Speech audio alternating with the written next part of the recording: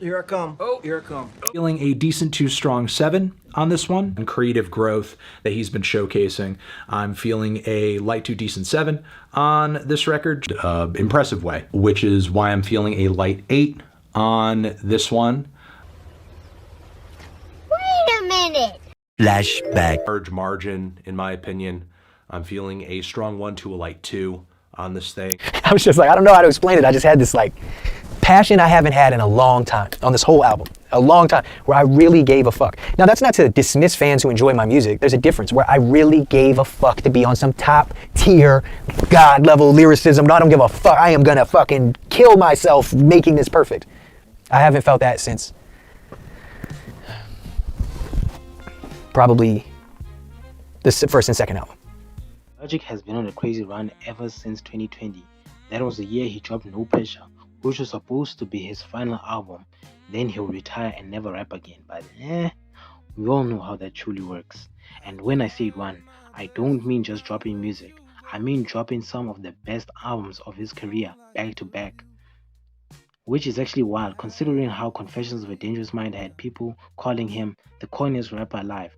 2019 was an extremely bad year for him because the memes were relentless. The media taunting was on a commercial high and the fall off conversations were loud as hell.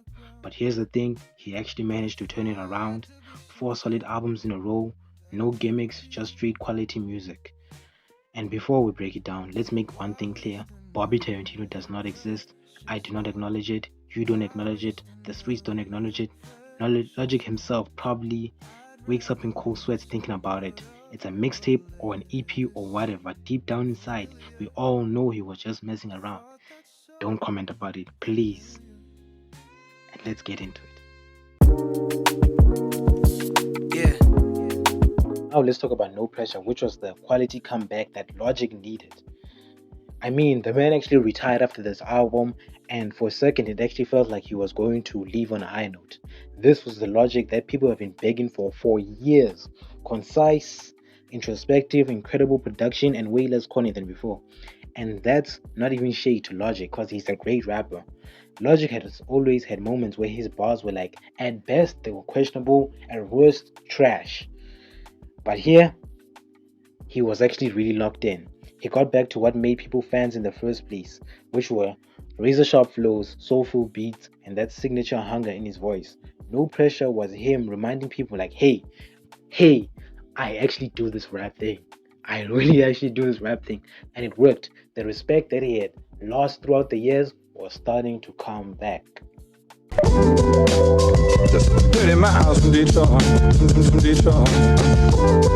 Now let's talk about Planetary Destructory by Dog D. Now this one's actually really criminally underrated. This was a love letter to underground, boom bap or hip hop, and you could tell that he was really having fun.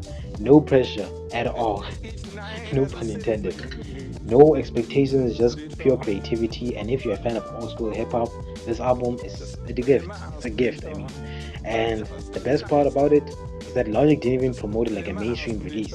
He just threw it out there for the people who really love hip hop. And it's one of those albums, if you know, you know.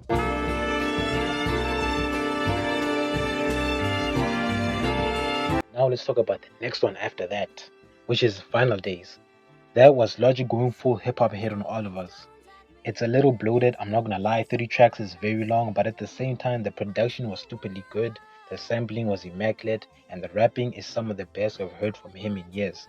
This album was Logic completely in his bag, showing appreciation for hip hop history while still flexing his skills. He was sharp, focused, and you could just tell that he was having a lot of fun making this one. There's something about an artist who loves making music. It actually makes the listening experience better.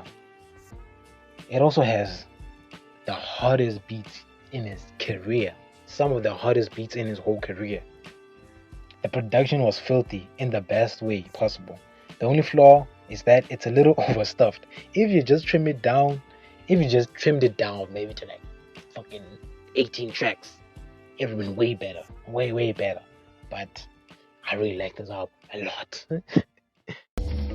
Ayo, I'm just trying to lay low. Now let's get to College Park, which is the confidence is back type of album. College Park might be my personal favorite. This album has something that Logic's past album didn't always have, which is confidence. The production is fire, the rapping is consistent, the energy is undeniable.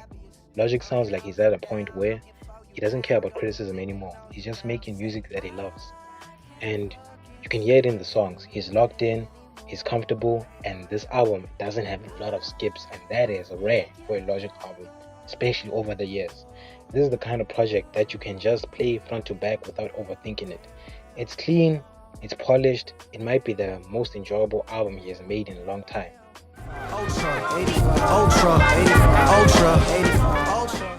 And now let's talk about Ultra 85, which is the latest release, 2024, the long-awaited one. And I'm sad to say that I might not fully get it yet, but I respect it. It's a quality listen, no doubt. Maybe it's one of those albums that need time to settle.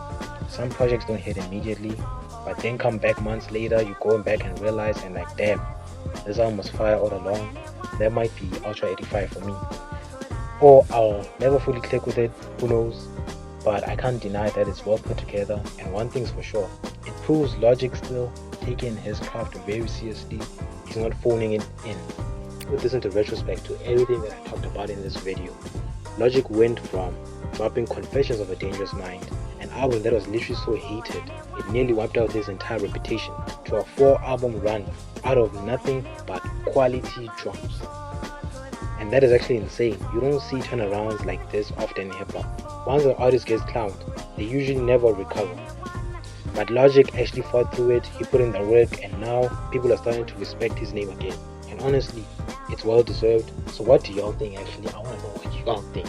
Please comment what you think, and comment down what videos do you want me to do next in terms of music related content. And if I feel inspired, I'll like your comment and actually tell that I'm going to do it. I'm working on it. But what do y'all think?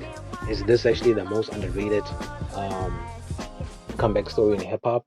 Or do you just think that Logic was always capable of this? He just needed to refocus? Let me know in the comments. Like, subscribe, share, and all that stuff. Peace. I'm gonna see you on the next one. Done. Working on this for a minute.